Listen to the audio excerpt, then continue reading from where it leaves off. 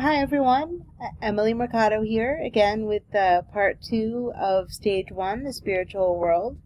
Today we're going to be focusing on creationism versus evolutionism. It's a little bit of a hot button topic, so I found, but I think it's an important topic to consider. Creationism versus evolutionism. All right, and as always, a few housekeeping items for your consideration.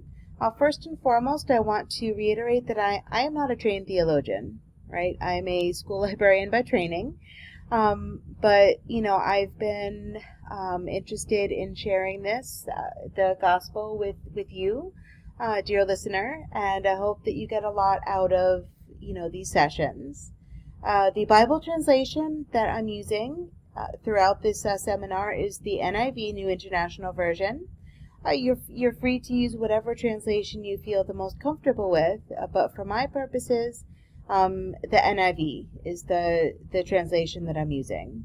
The Gospel Seminar was developed by Pastor Soon Ki Kang and Pastor Joe Kim.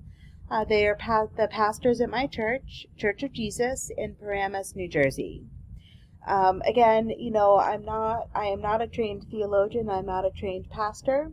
Rather, I'm just a humble messenger sharing the gospel and the word with you. All right, so let's get started. Creationism versus evolutionism, that's, something, it's what I call the eternal debate. Were we created, or did we as humans, come to evolve, okay? And, it's been a debate that's been raging or going on for a very long time, truth be told.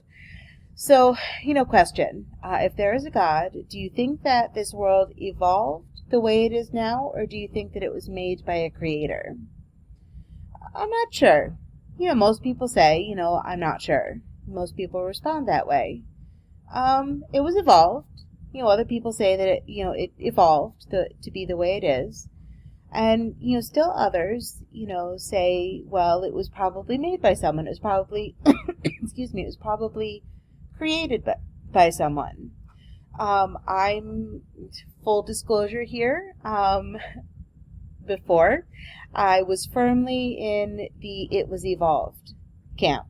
Being a logical person, I, trusted the science. Trust the science. I still very much believe in science.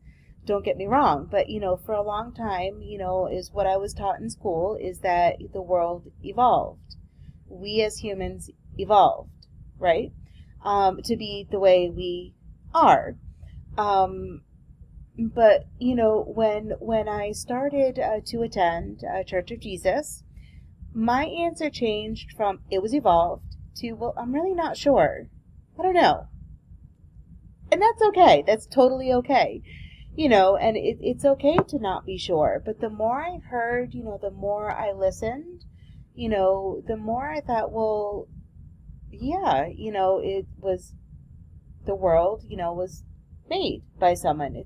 After all, it's all in the Bible. Because the Bible says so, right? It was made by someone.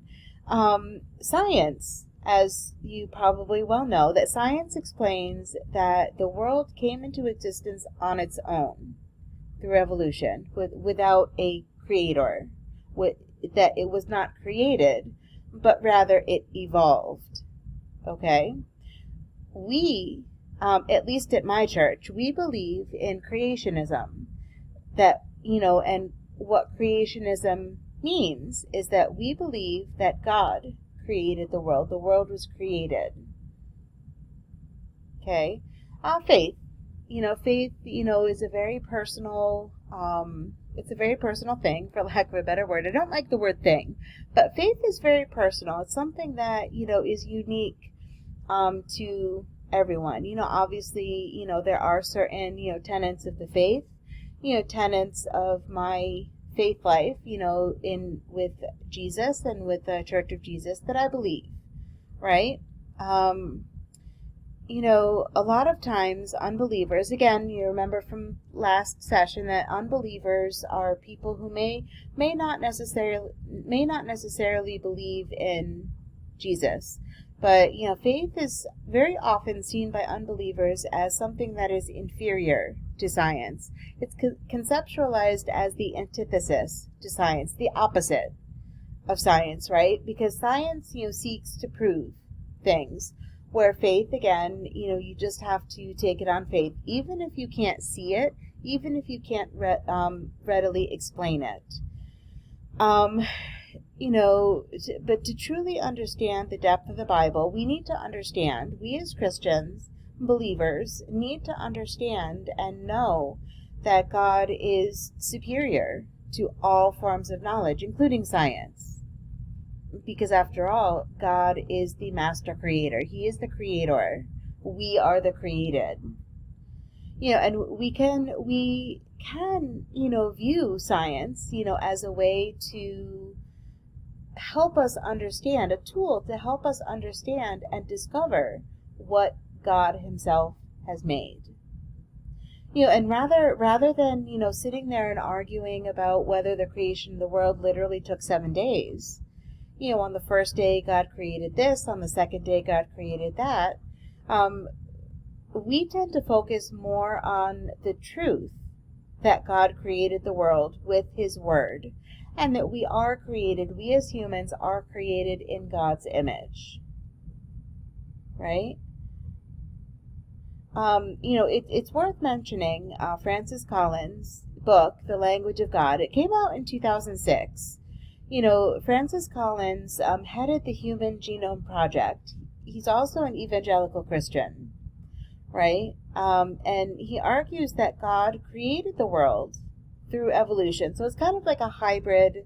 It was kind of like a hybrid belief, that the world was created through evolution, right, by God. But we as Christians, at least in my church, we believe kind of an either or.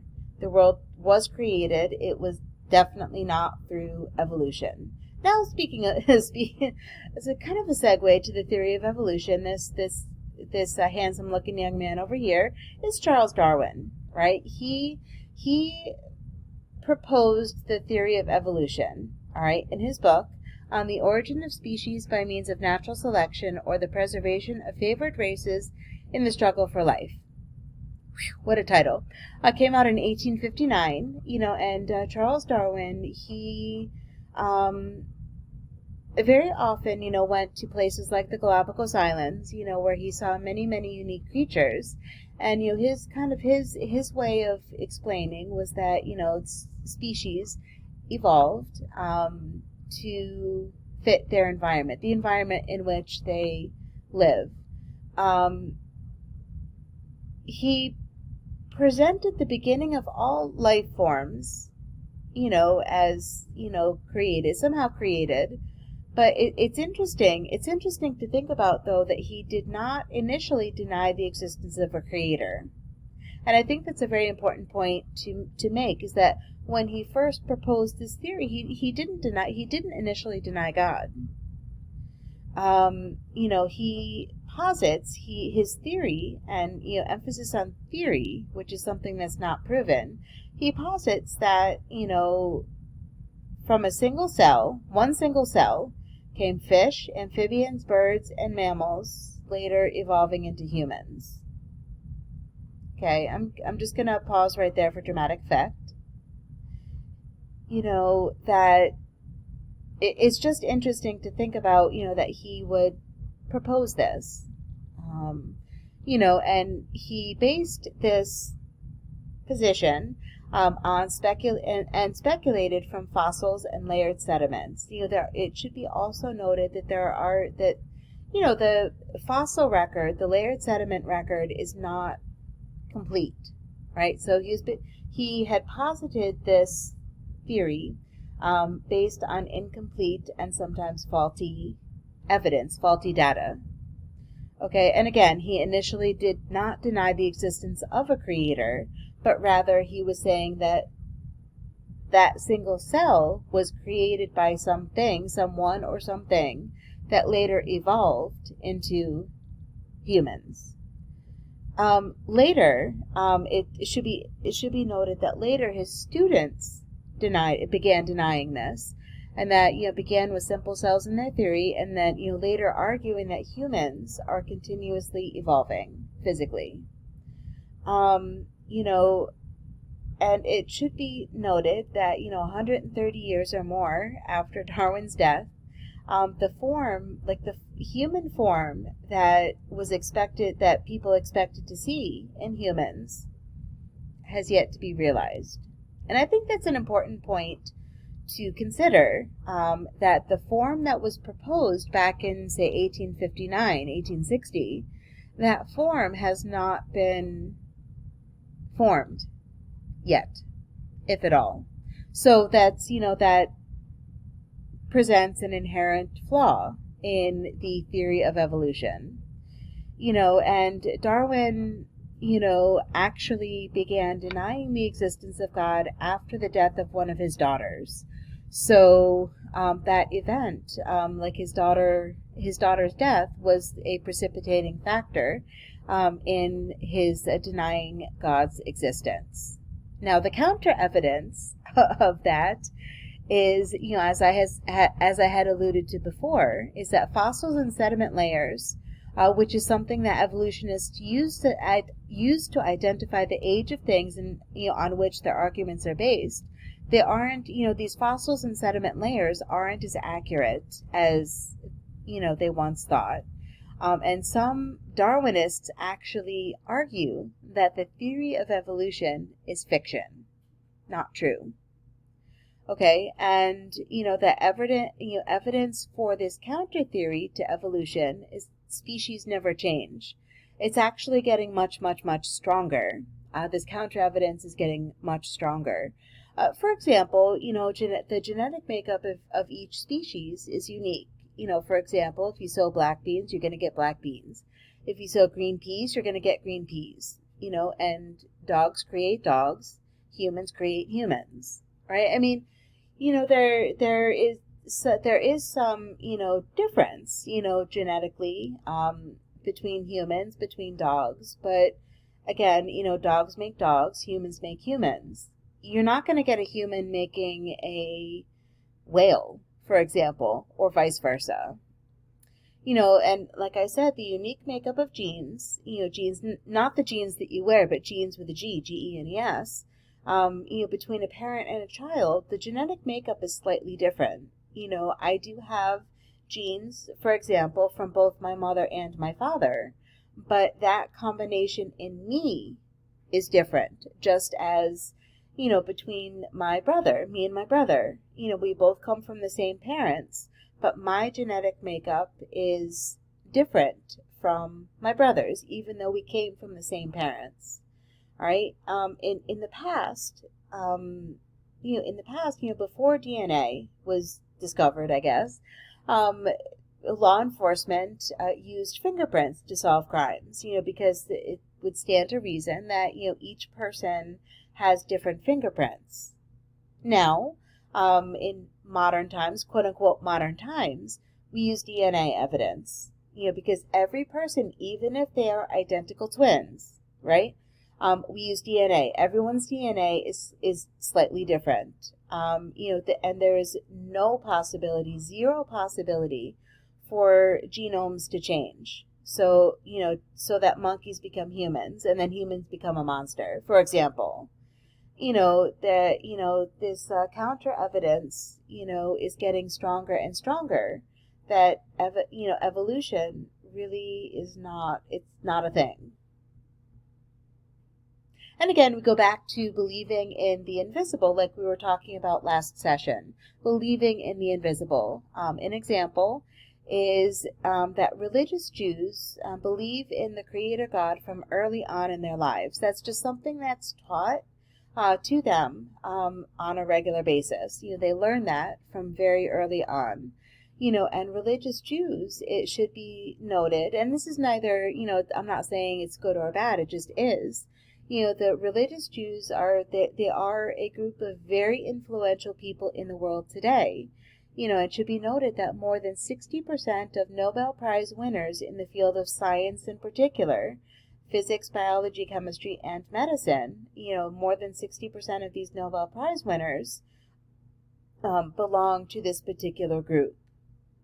They're also very influential in such sectors as law, finance, the arts, and even Hollywood. This particular group of people, religious Jews, believe very strongly in the invisible world. God's power, I think, is very important to consider. That God is a very powerful being. He's all-knowing, omnipotent. And it's just very interesting to think about, how he works. In Romans, the book of Romans, chapter 1, verses 19 to 20, since what may be known about God is plain to them, because God has made it plain to them. For since the creation of the world, God's invisible qualities, his eternal power and divine nature have been clearly seen, being understood from what has been made, so that men are without excuse. God made it plain, through creating the world, that his invisible power and his divine, that he has in a lot of invisible power and divine nature.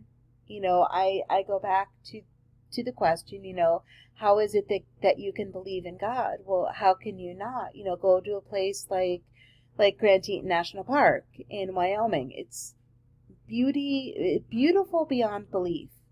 And how can you, in a place like that, how can you not believe in God's power and divine nature? That he created that beautiful environment for us to enjoy, for us as humans to enjoy. Scientists as a whole, who examine the rules of the universe and the creation, don't deny the existence of the supernatural. That should be pointed out, generally speaking. They don't deny the existence of the supernatural. For example, Stephen Hawking, right? He is a world-renowned physicist, and that he has admitted that humans discover and use the principles they know to state that a supernatural being made all of these things. He made them, not Stephen Hawking, but rather God. And the power of God, God's power holds all things in their places, right? He holds the moon in its place. He holds the planets in their places, so that we as humans can go out and discover them. We can discover them. We can use them, and God gives us that power to do so. As I just said, the moon is in its place. God holds it there, and humans could go there to explore the moon, the planets, the stars, and really study to make sure that, they're bringing back information so that we as mere mortals can at least try to understand the power, that God's power. And, the Bible says that God created the earth on the third day, the sun on the fourth day, light on the first day, and after earth was made, all of the lights were gathered to make greater light. So similarly, scientists today say that the sun came out about 4.5 billion years ago, and the earth about 5 billion years ago, which makes sense, in the Bible's timeline of when the earth and the sun were created. It would make sense that the sun would be younger than the earth based on this timeline. Sustaining all things. God sustains all things. He makes all things. He sustains all things as well. The book of Hebrews, chapter 1, verse 3, says that God sustains all things by his powerful word. The Bible is not inferior to science. That's not what I'm saying. Is that science, it rather is a discovery tool that supports the Bible. In recent years, I would say maybe within the last 10 years or so, and I think that's a little generous, but I'm going to go with 10. recent years, in recent years, there have been discoveries of scientific evidence that actually questions evolutionism and lends more support to creationism as opposed to evolutionism. And many physicists actually indicate that they've almost reached the limit of physics, which is known as the science of all sciences. Physics explains everything, right? So if you know it well, like if you know science and the Bible well, you will acknowledge the existence of a creator, like many physicists already do. And that once you acknowledge that God alone has created all things, it does become easier to talk about more spiritual things. So a couple of, closing thoughts, things that, are interesting to think about. Hebrews 11:3 says, "By faith we understand that the universe was formed at God's command, so that what is seen was not made out of what was visible." Faith is, an intellectual power that actually surpasses science. Because it takes more to believe something you can't see than something you can. Taking it on faith it demands a lot more of you.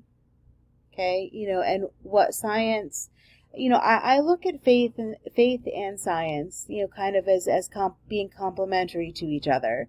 What science cannot see or imagine can indeed be seen and imagined through faith.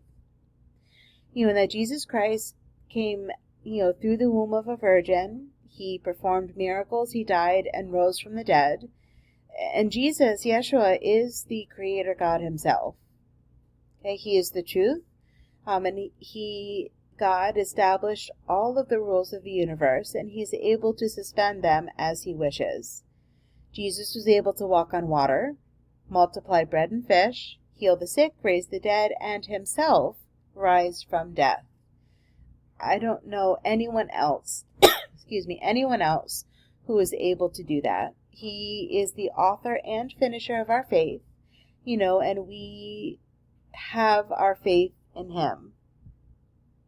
And, this faith, as I had said before, this faith is greater than any other forms of knowledge. And as always, a couple of discussion questions for your consideration at the end of this session.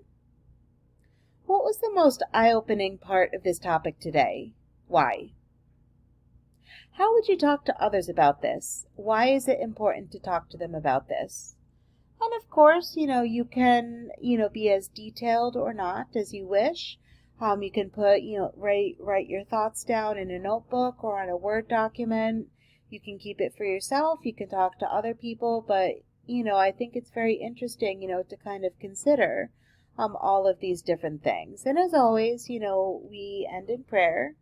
Lord, give us faith. Let us possess faith that is greater than science, greater than any other forms of knowledge. Give us faith that surpasses the world, the rules of the universe. Let us know the truth. Amen. So I hope that you got a lot out of today's session, dear listener, and I'm looking forward to seeing you next time, okay, when we continue our discussion about the spiritual world. Thanks so much for watching, and God bless.